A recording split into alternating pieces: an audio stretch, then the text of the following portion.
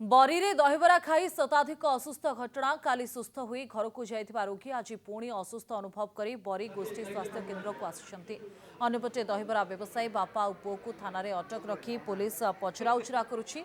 गतकाली जनेक बाप पुओ गोपबंधु चौधरी कॉलेज बरी धारपुर साहुपड़ा चंदनपुर बरी अन्यासपुर अल्लीपुर अंचल में दहीबरा बेपार करथिले। तांकठारु दहीबरा खाइथिबा किछि कुनी पिला कॉलेज छात्र छात्री समेत शताधिक वयस्क व्यक्ति असुस्थ होई मेडिकल को आसिथिले।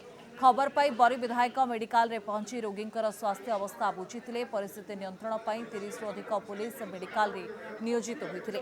गत कालीर घटना परे आज बरी रे कोनोसी दहीबरा बेपारी को देखिबा मिलिनी। अन्यपटे विभिन्न गणमाध्यम रे खबर प्रकाश पाइबा सत्वे खाद्य सुरक्षा विभाग चुप रहिबा घटना साधारण रे चर्चार विषय होइछि।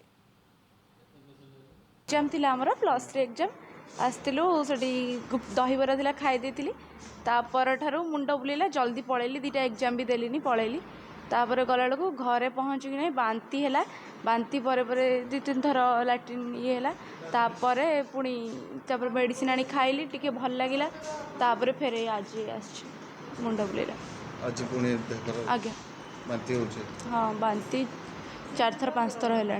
दहीबरा फबरा खाई बोधे फूड इन्फेक्शन होती मु खबर पाइली जो एमती मेडिकल आसिक पहुँचला बड़ अव्यवस्था। ठीक से मेडिकल ऑफिसर प्रेजेंट नहीं जड़े डाक्तर 2 जन नर्स भितर चली ना बीपी चेक हो पार्ची ना ठीक से ट्रिटमेंट हो पार्ची।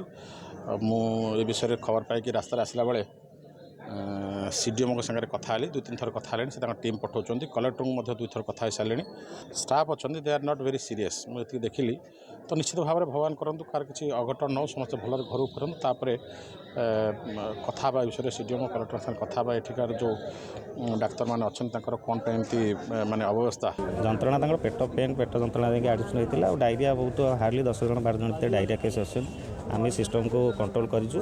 बर्तमान सुधा आम सालाइन इंजेक्टेबल सब आम देचु देखो रिफर आम एपर्तन किसी होना बर्तमान सिस्टम आम कंट्रोल रखीचु ना कि बर्तमान सुधा तो किसी एब्डोमिनाल पेन जेहतु फूड पॉइजनिंग जो होती जना पड़ी खाद्य आम दहीबरा खाई जना पड़ी पहुँचले बर्तमान सुधा आम भी 2 जन डॉक्टर अलरेडी डिप्लॉय थे जेहेतु स्टाफ सर्टेज जेहेतु थे बर्तमान पीएससी लेवल भी स्टाफ समस्त डिप्लॉय कले जेहेतु संध्या 6टा पर हो जाए पीएससी बंद हो जाए।